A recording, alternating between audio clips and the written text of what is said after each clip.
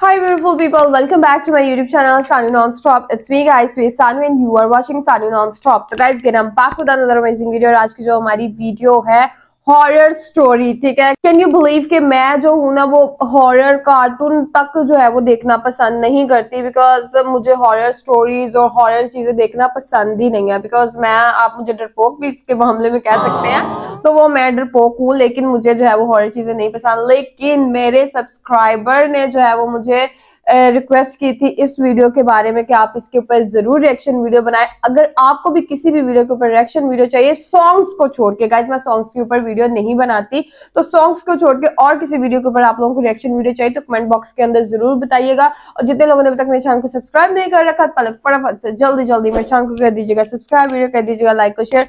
आप लोगों की मेहरबानी होगी। जोखनी हॉरर स्टोरी, और आज की हॉरर स्टोरी बहुत ज्यादा मजे की होने वाली है। तो चलिए guys, let's start the video.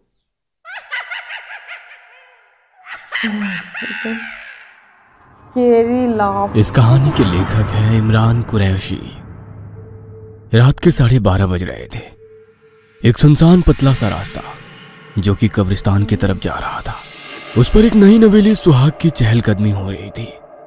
उसके चेहरे पर डर साफ नजर आ रहा था। एक मिनट, ये नई नवेली दुल्हन, ठीक है, कब्रिस्तान के बाहर क्या कर रही है? ठीक है। रात का सन्नाटा उसकी हिम्मत को तोड़ने की ताकत रखता था, लेकिन फिर भी अपने हाथ में एक छोटी सी काले कपड़े की पोटली लिए वो कब्रिस्तान के गेट तक पहुंची गई। उसने कब्रिस्तान का गेट खोला और अंदर कदम रखा। चारों तरफ कब्र ही कब्र, और उनके बीच से होती हुई वो सुहागन एक छोटी सी कब्र के करीब पहुंची। उसने उस कब्र के पास की थोड़ी सी मिट्टी अपने हाथों से हटाई और उस पोटली को जमीन में दफन कर दिया। उसके बाद वो इतनी तेजी से वहां से निकल गई जैसे कि उसके पैरों में पंख लग गए हो। उसके कुछ देर बाद ही लाल लहंगा चुनरी पहने, अपने चेहरे को घूंघट से छिपाए, हाथ में लालटेन लिए एक दूसरी औरत वहां पहुंची।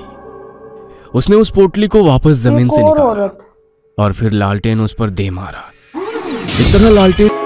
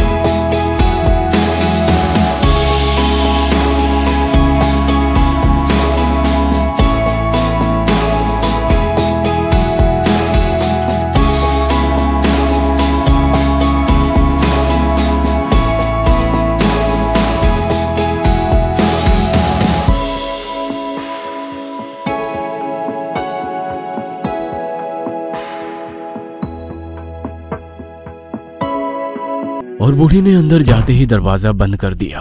कुछ देर बाद हमारे खानदान का वारिस आने वाला है। कामनी बेटा, तुम सुबह से ही जश्न मनाने की तैयारी शुरू कर देना। कुछ देर बाद एक बच्चे के किलकाने की आवाज सभी को सुनाई दी और वो बूढ़ी बाहर निकली।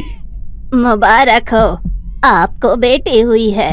ये सुनकर नितिन बहुत खुश हुआ और कमरे के अंदर दाखिल हो गया, लेकिन पल्लवी के चेहरे पर गुस्सा उमड़ आया। लड़का होगा। ये कैसे हो सकता है? क्या तुमने हाँ। उससे वो विधि नहीं करवाई थी? करवाई थी माँ।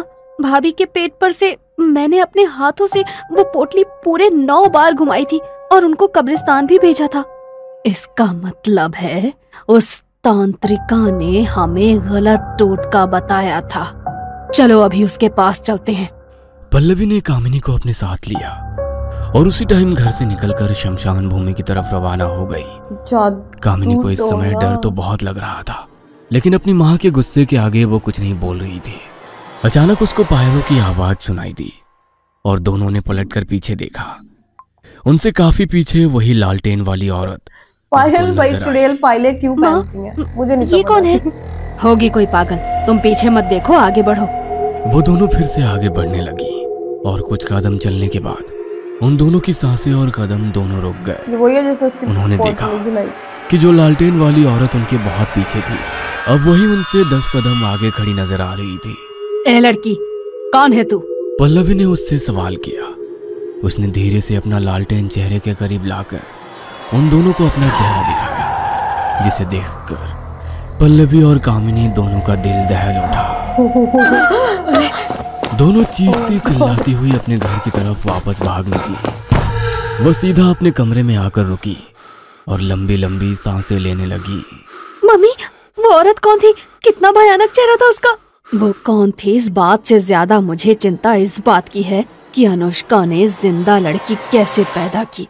उस तांत्रिका ने कहा था कि अनुष्का के पेट पर से उस पोटली को 9 बार घुमाकर अनुष्का के हाथों ही कब्रिस्तान में गड़वाना है। उसके बाद अगर अनुष्का के पेट में लड़की हुई तो वो पैदा होने से पहले ही मर जाएगी, और अगर लड़का हुआ तो ही वो सही सलामत पैदा होगा।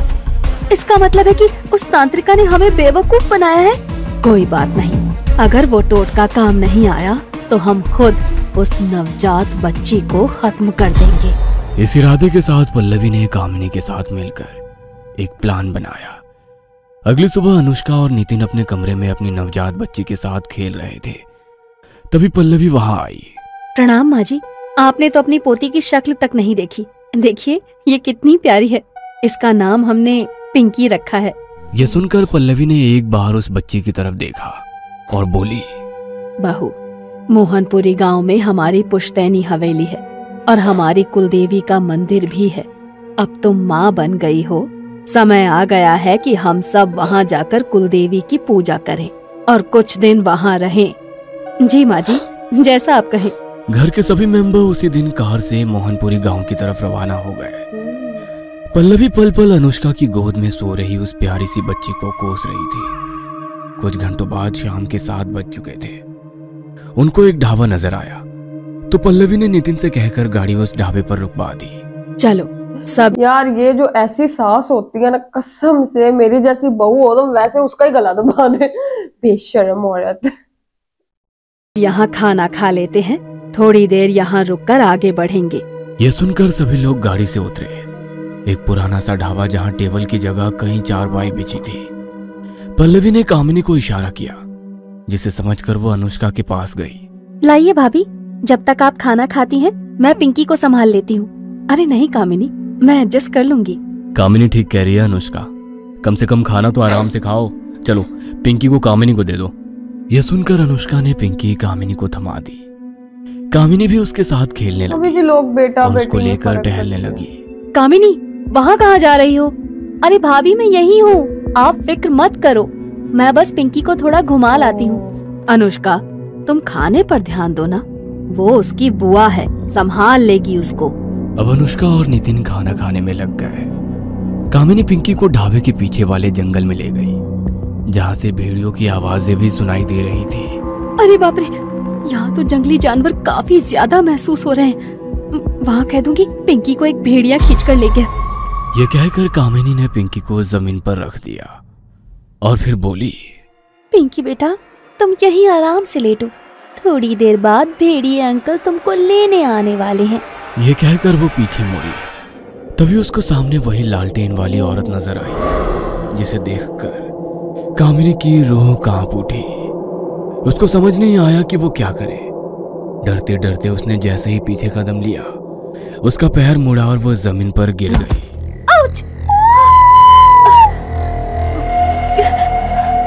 ये तो कामिनी की आवाज लगती है। यह सुनकर नितिन और अनुष्का भी उठ खड़े हुए और वो तीनों डरी हुई हालत में ढाबे के पीछे जंगल की तरफ भागे। कामिनी के हाथ में पिंकी भी है, पता नहीं क्या हुआ होगा उसको। वो उसको आवाज लगाते लेकिन सामने से कोई जवाब नहीं मिल रहा था। तभी कुछ ही दूरी पर जमीन पर उन सभी को पिंकी पड़ी हुई नजर आई। पिंकी, मेरी बच्ची। अनुष्का ने पिंकी को गोद में उठाकर प्यार किया और अगले ही पल पल्लवी चिल्ला उठी, कामिनी। जो किसी के लिए गड़ा खोदता ना खुद ही उसमें गिरता, देखा? सामने कामिनी की लाश पड़ी थी। उसके जिस्म से उसका सर और एक हाथ गायब था। ये खौफनाक मंजर देखकर सभी का दिल दहल उठा। मेरी बच्ची। अच्छा, अब क्यों रो रही है? कामिनी। पल्लवी कामिनी की लाश के पास बैठकर रोने लगी। अनुष्का और नितिन की आंखों से भी आंसू बह रहे थे और उनसे कुछ ही दूरी वही लालटेन वाली औरत खड़ी होकर सब कुछ देख रही थी। कामिनी की मौत से पल्लवी की बुद्धि मानो भ्रष्ट हो गई थी और उसके दिल से यही आवाज आ रही थी, इस मनहूस लड़की की वजह से ही मेरी बेटी की जान गई है। मैं अब इसको खुद अपने हाथों से खत्म करूंगी। उन लोगों ने कामिनी के शरीर को मोहनपुरी ले जाकर उसका अंतिम संस्कार किया और फिर वहीं पर अपनी पुश्तैनी हवेली में रहने लगे। अभी कुछ ही दिन गुजरने के बाद पल्लवी ने फिर से अपने काम को अंजाम देने के बारे में सोचा। उस रात पल्लवी ने बड़ी बेसब्री के साथ आधी रात होने का इंतजार किया और करीब 10 बजे वो दबे पांव अनुष्का के कमरे में गई। अनुष्का और नितिन दोनों ही बेखबर सो रहे थे। उसने पिंकी को पालने से उठाया और फिर हवेली से निकल गई। अपनी गोद में पिंकी को लिए हुए वो जंगल के बीचों बीच बने एक तालाब पर आ चुकी थी। मेरी बेटी को खाने वाली डायन, भाड़ में जा। ये कहकर उसने पिंकी को छपाक से तालाब में फेंक दिया। उसके बाद जैसे ही पीछे मुड़ी तो उसको जमीन पर वही लालटेन रखा हुआ नजर आया। उसके चेहरे के भाव बदल गए। तभी उसको पानी की आवाज सुनाई दी और उसने पीछे पलट कर देखा। तालाब के अंदर से 2 हाथ ऊपर निकल कर आ रहे थे, जिनके अंदर सही सलामत पिंकी पड़ी मुस्कुरा रही, बाहुबली की तरह।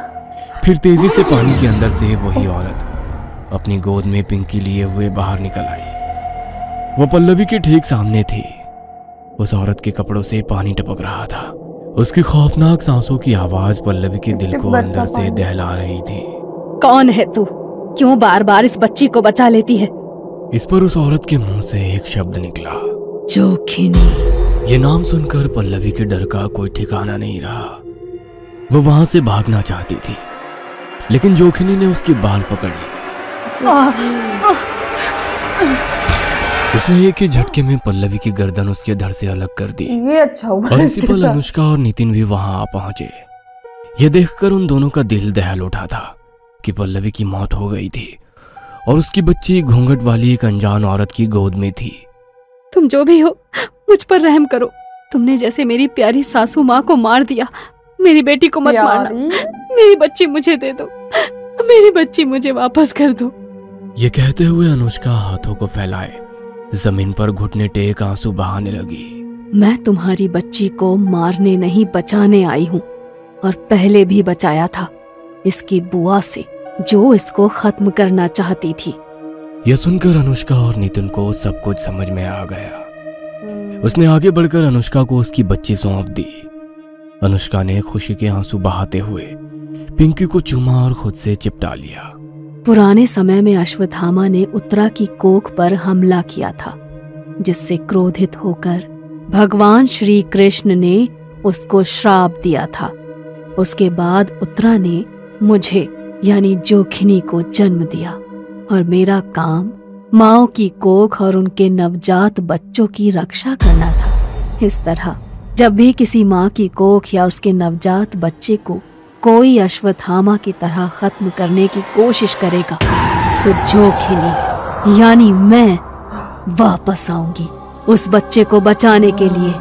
यह सुनकर अनुष्का और नितिन उसको हैरानी से घूरते रह गए और जोखिनी धुएं की तरह हवा में गायब हो गई। दोनों ने अपनी बच्ची को खूब प्यार किया और सामने रखे हुए उस लालटेन को देखने लगे, जो अभी भी मध्यम रोशनी के साथ जल रहा था। ये कहानी आपको अच्छी लगी हो?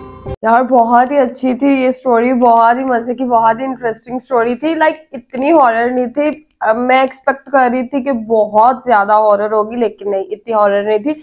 और इसके अंदर एक लेसन था यार। मैं आप लोगों को सही बात बताऊं, लड़का लड़की में जो लोग फर्क करते हैं ना, वो बहुत ही गंदे लोग होते हैं। ऐसे लड़का लड़की में फर्क नहीं करना चाहिए कि बेटी हो गई या तो बस उसको फेंक दो, उसको मार दो, वो तो बोझ है, वो ये है, वो ऐसा नहीं होना चाहिए। बेटियां बेटों से कम नहीं होती, ठीक है। आप उनको भी पढ़ाए लिखाएं, उनसे भी प्यार करें। ये जो सासू अम्मा की सोचें होती है ना कि बेटियां ऐसी होती हैं, वैसी ऐसी सोच नहीं रखनी चाहिए, ठीक है। सासू माँ को ये नहीं पता होता, मतलब जो औरतें ऐसे करती हैं उनको ये नहीं पता वो खुद भी बेटियां हैं, ठीक है। उनकी बेटियां भी बेटियां हैं, ठीक है। ऐसे नहीं सोचना, बहुओं के साथ ऐसा सलूक बिल्कुल मत करें। तो देखा गाइस, जो जिसके साथ बुरा करता है ना, उसके साथ खुद ही बुरा होता है। दूसरे की बेटी को मारने जा रहे तो खुद की बेटी मर गई। तो किसी के साथ कभी भी बुरा मत करे। आप लोगों के साथ वो कहते हैं ना, किसी को धोखा दोगे तो रिपीट होकर धोखा तुम्हारे पास आ जाएगा, ठीक है। किसी के लिए गड्ढा खोदोगे ना, खुद उसमें गिर जाओगे। तो गाइज, आप लोगों का इस स्टोरी के बारे में क्या कहना है कमेंट बॉक्स के अंदर जरूर बताइएगा। चैनल को सब्सक्राइब, वीडियो को लाइक और शेयर देना बिल्कुल नहीं भूलना। तो चलेगा, मिलते हैं आपको नेक्स्ट वीडियो के अंदर। Bye bye.